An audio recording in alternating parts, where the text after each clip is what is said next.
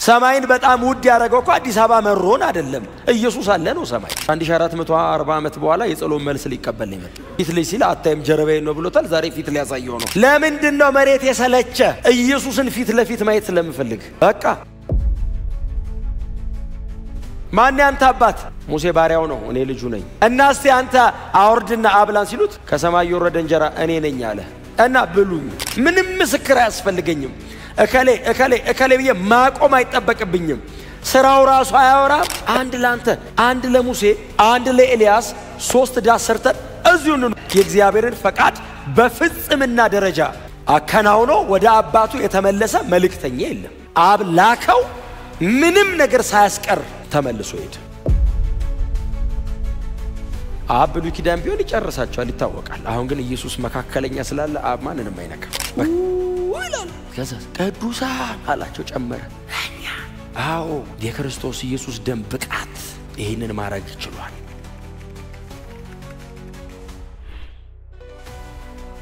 የሰማያዊ ጥሪ ተካፋዮች ሆናችሁ ቅዱሳን ወንድሞች ሆይ እኛን እኮ ነው ታማኝና ማህሪ ሊቀ ካህናችን ስለሆነ ኢየሱስ የሰማያዊ ጥሪ ተካፋዮች ተደርገናል ይሄንን ጥሪ እግዚአብሔር በቀደመው ኪዳን ላይ ለነበሩ አባቶችም ሰጥቷል ምክንያቱም ጌታ ኢየሱስ ክርስቶስ አዲስ ኪዳን ላለችው ቤተክርስቲያን ብቻ ሳይሆን በቀደመው ኪዳን ለነበሩ ለእግዚአብሔር ሕዝብም መሪና ራስ ነበር ኢየሱስ የቤቱ ባለቤት የቤቱ ፈጣሪ ክሬተር ነው ባይዘው ሙሴ በቤት ውስጥ ያለ አንድ አገልጋይ ነው ጌታ ኢየሱስ ክርስቶስ በቤት ውስጥ ያለ አገልጋይ አይደለም የቤቱ ፈጣሪ ነው ባይዘው ሰውየው እጅግ በጣም ግዙፍ ነው በጣም ትልቅ ሰው ነው እጅግ በጣም የተከበረ ታማኝ አገልጋይ ነው ከኢየሱስ ክርስቶስ ጋር ግን ለንጽጽር አይቀርብም ሙሴ በእግዚአብሔር ቤት ውስጥ ሲላቸው አዎ ይሉታል አገልጋይ ነበር ሲል አዎ ኢየሱስ የቤቱ ፈጣሪ ነው አስበዋል ሙሴን እንዴት ከእጅ እንደሚያስጥል እንደዚህ ተደግፈውታል ሙሴን ከእጃቸው ስር ምርኩዛቸውን ይነጥቅና ይጥላቸዋል ሲወድቁ ብድግ አድርገው ኢየሱስ ላይ ያስደግፋቸዋል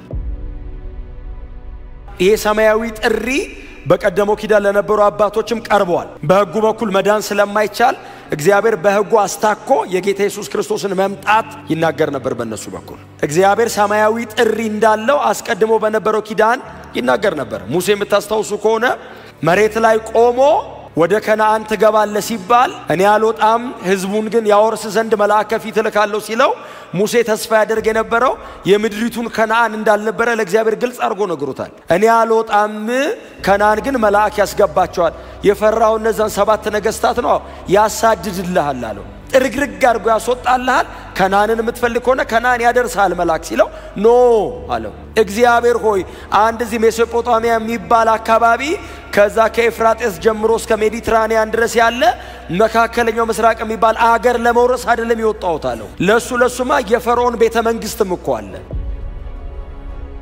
ከሚገባበት ከነዓን ከሚባለው አገር ይልቅ እኮ የፈርዖን ቤተ መንግስት እኮ ይበልጣል በሀብትም በምንም ከነዓን ልዩ ያደረገው ሎኬሽኑና መሬቱ አይደለም እግዚአብሔር አብሮ ስለሚገባ ነው ሰማይን በጣም ውድ ያደረገው እኮ አዲስ አበባ መሮን አይደለም ኢየሱስ አለ ነው ሰማይ በፍጹም ደስ ብሎን ምንኖረው ለምንድን ነው መሬት የሰለቸ ኢየሱስን ፊት ለፊት ማየት ስለምፈልግ በቃ ሰማይ ሚናፍቀን በጉ ብርሃን የሆነበት ከተማ ስለሆነ ነው ሙሴም ከነዓን ሲልዝቡ ሙሴን እግዚአብሔር መጣና እንደዘሉ በቃ ውጡ አለ ሂዱ አለው ለምን የሕዝብ አንገተ ደንዳና ነው እኔ አብሬ ከወጣው እጨርሳቸዋለሁ አለው ቅድስናዬን አትችሉኝ ታዲያ አዝልሃለሁ መልአክ እንድች ወደ እናንተ አይዞርም አለው መልአኩ ከዞረማ ያጠፋቸዋል እና ወደፊት እየጠረገ ሄዳል ዝም ብላችሁ ተከተሉት ሲል አልሄድም አለ ሙሴ አልሄድም እግዚአብሔር አንተ ከሌለ አንተ ካልወጣ አንተ ካልሄድክ ምን አረጋለሁ አታውጣን እዚሁ እኔም ይሄም ሕዝብ እዚሁ እንሙት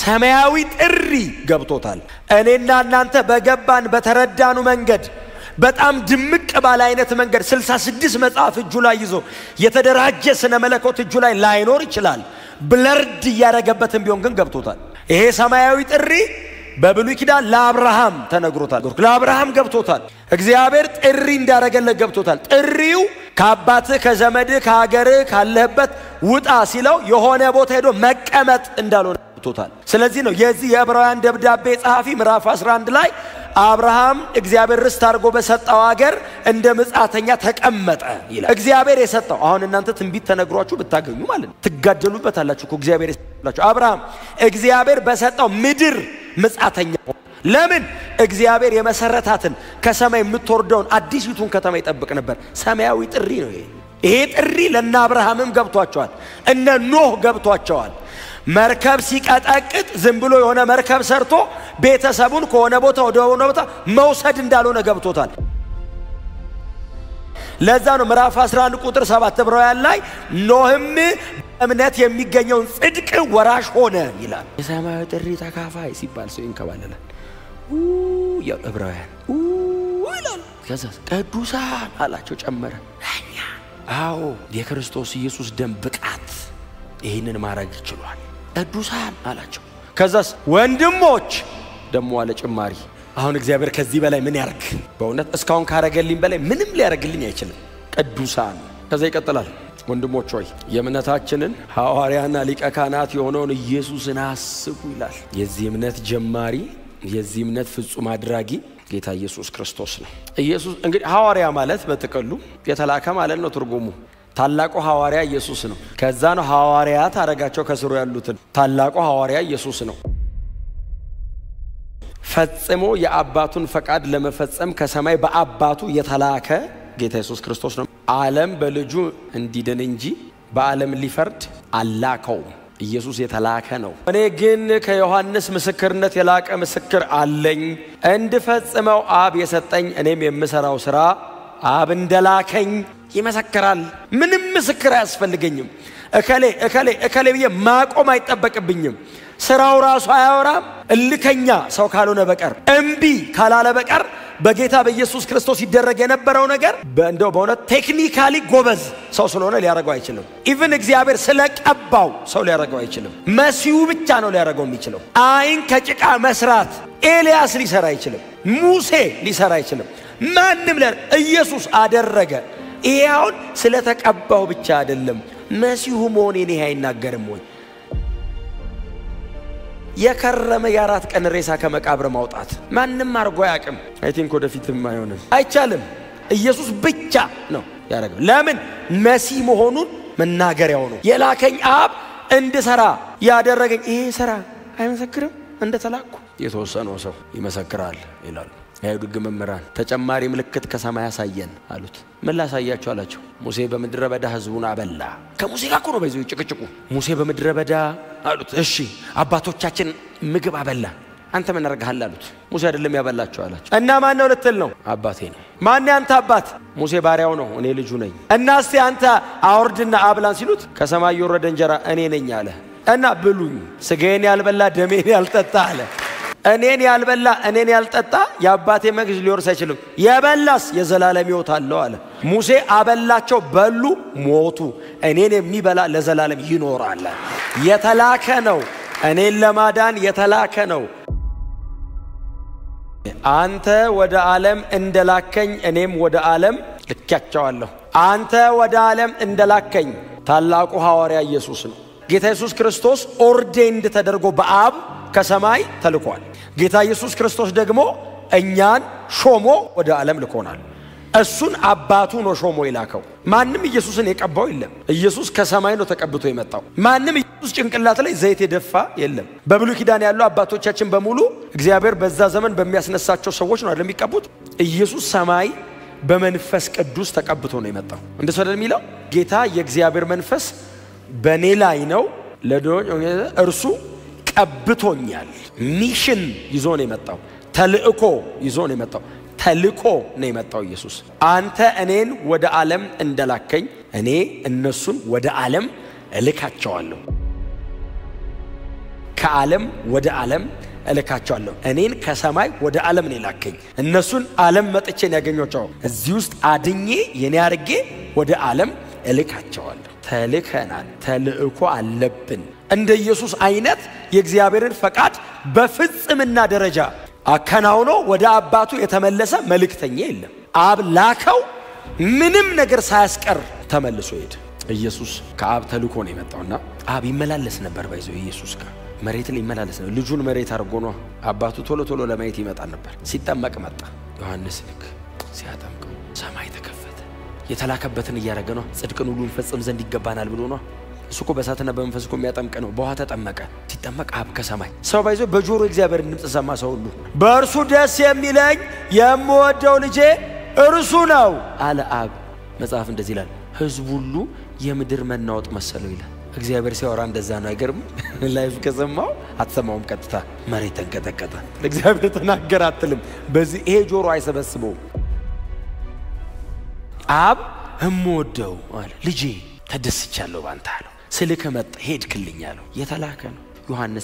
ዮሐንስ በዚህ መሬት መንቀጥቀጥ አልመሰለውም። ያቃላ እየጠበቀ ነበረ። ልክ ሲያጠምቀው ሲሰማ ሰማው አየው እመሰክራለሁ አለ ዮሐንስ። ምን አሉት ሕዝቡ? የዓለምን ሁሉ ኃጢአት የሚያስወግድ የእግዚአብሔር በግ ኢየሱስ ከሰማይ የተላከ ነው። ለዚህ ጴጥሮስ ዮሐንስ ያዕቆብን ይዟቸው ወጥቶ ተራራ ላይ አብ ሊመሰክር እኮ ነው ዛሬ። ጌታስ ንስቲ ኒድ አለ። ዘጠኙን ታች ትቷቸው አልወጣ ያለ አጋንንት አለ ከሱ ጋር ይታገሉ ብሎ ይዟቸው ሄደና ሁሌ ይጸልያሉ። ወደ ተራራ ይወሰዳቸው። አይ ዛሬም መጸለዩ አይቀርም። ሲጸልይ ደግሞ ይተኛሉ። ሲጸልይ ይተኛሉ፣ ማበል ላይ ይቀመጣሉ። እሱ ሲጸልይ ይቀመጣል፣ ማበል ላይ ይተኛል። አይደለ? ጸሎት ላይ ተቀመጠ ሰው ማበል ላይ ይተኛል፣ ጸሎት ላይ የተኛ ሰው ማበል ላይ ይቀመጣል። ያው መርጦ መተኛት ነው። እንቅልፍ ከብዶባቸው ተኝተው ነበር። ከዛስ ሙሴና ኤልያስ መጡ። ብሉይ ኪዳን ሕግና ነቢያትን ወክለው፣ ሙሴ ሕግን፣ ኤልያስ ነቢያትን ወክለው መጡ። ብሉይ ኪዳን በሙሉ ማለት ነው። አዲስ ኪዳን ደግሞ እነዚህ ሶስቱ ደግሞ አሉ። አዲስ ኪዳን እኮ ጸጋ ነው እንጂ እኮ ተኝተን ነበር እና ተኝተዋል። ከዛ ኤልያስና ሙሴ መጥተው ያወራሉ። ከዚህ ዓለም ስለመለየቱ ወይንም ተከክለኛ ቃሉ ዘጻት ነው የሚለው በኢየሩሳሌም ስለሚያደርገው ስለ ዘጻቱ ያወራሉ። ተቀል ቆመው ስለ ሞቱ ማለት ነው። የመስቀል ሞቱን ኤልያስና ሙሴ ገብቷቸዋል። ብሉይ ኪዳን ባይዘ አንደርስታንድ አድርገውት ነው የሞቱትና የመጡት እሱ ሊያወሩት ነው። እንዴት ነው የምትሰራው? እኔ እዛ ብሉይ ኪዳን ዘጻት ስሰራ በትራንስቼ ባህር ከፍዬ ነው የሰራሁት። አንተ እንዴት ነው የምትሰራው ይላል። እኔ ሞቼ ነው የምሰራው። አንተ ከግብጽ ወደ ከናን አይደል የሰራው? እኔ ከሲኦል ወደ ሰማይ ነው የምሰራው ይላል። እዚህኛው ዘጻት ላይ ሙሴ ራሱ አብሮ ወጪ ነው አውጪ አይደለም። ኢየሱስ ነው የዚህ ዘጻት መሪ እና ሙሴ ባይዘው ከሌኔ ሊል አይደለም የመጣው ሊያይ ነው የመጣው። እዛ ዘጻት 33 ላይ ፊትን አሳየን ብሏል። አታይም ተብሏል። እሱን ስለተከለከለ አሁን ዛሬ ፊት ለማየት ነው የመጣው። 1440 ዓመት በኋላ የጸሎት መልስ ሊቀበል ነው የመጣው። ፊት ላይ ሲል አታይም ጀርባዬ ነው ብሎታል። ዛሬ ፊት ሊያሳየው ነው። እያወሩ እያለ ሙሴ ድንገት እያወራ ጴጥሮስ ብንናል መጽሐፍ ሲናገር ከእንቅልፉም ሲነቃ የሚናገረውን አያውቅም ነበር የሚል ቃላል ባይዘ ብንን ሲል ካቆመበት ነው የቀጠለው። እንደ ጌታ ሆይ ቀደም አይ ቲንክ ሲተኛ እንደዛ እያለ ነው የተኛ። አያውቅምም ዝም ብሎ ይለፈልፍ ነበር ይላል። አለመሳሳቱ ጌታ ሆይ አለው። አይቶ አያውቅም እንደዛ አይነት ክብር አየው። እንዴ አንድ ላንተ አለው። ኢየሱስም ተለወጠ ይላል። ፊቱ ተቀየረ። ታውቃለህ ያ የናዝሬት ከተማው አናጢ መለኮትነቱ ፊቱ ላይ ወጣ። ተለወጠ ማለት ኢየሱስ ወደ ሆነ ነገር አደገ ማለት አይደለም ትርጉሙ።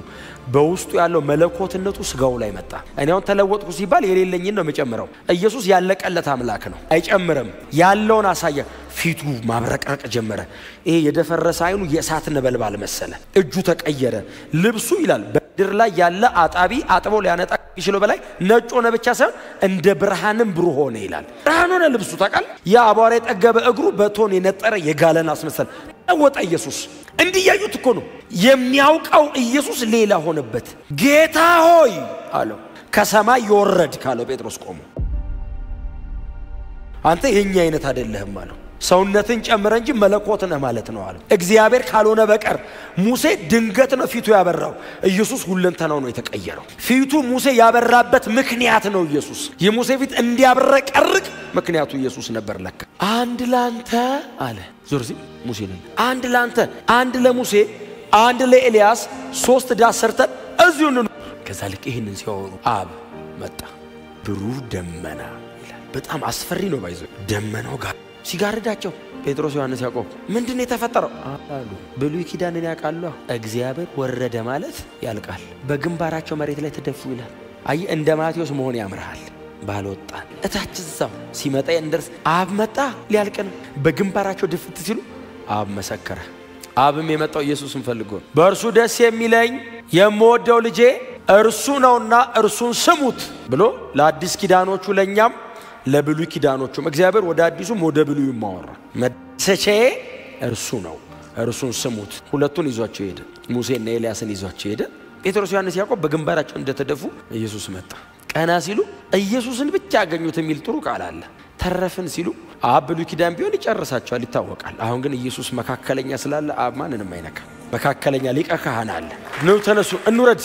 አላቸውና እጃቸውን ይዟቸው እየሄደ ያለ አሁን ገብቶናል አሉት። ማን እንደሆነ ካውቀናል፣ ግን እኮ ካንተ በፊት እኮ ኤልያስ ይመጣል የሚል እኮ ቃል ነበር። ኤልያስን ሳት ነው እንዴ ሳናቀው ሲሉት መጥምቁ ዮሐንስ ነበር አላቸው። ጌታ እንደዚህ አላቸው፣ ያያችሁትን ለማንም ሰው እኔ ከሞት እስክነሳ ለማንም ሰው እንዳታወሩ አላቸው ይላል። እግዚአብሔር ይመስገን። ኢየሱስ የእምነታችን ሐዋርያ ነው። እኔን ለማዳን የአብን ፈቃድ ለመፈጸም የተላከ አዳኝ ኢየሱስ ክርስቶስ ብቻ ነው።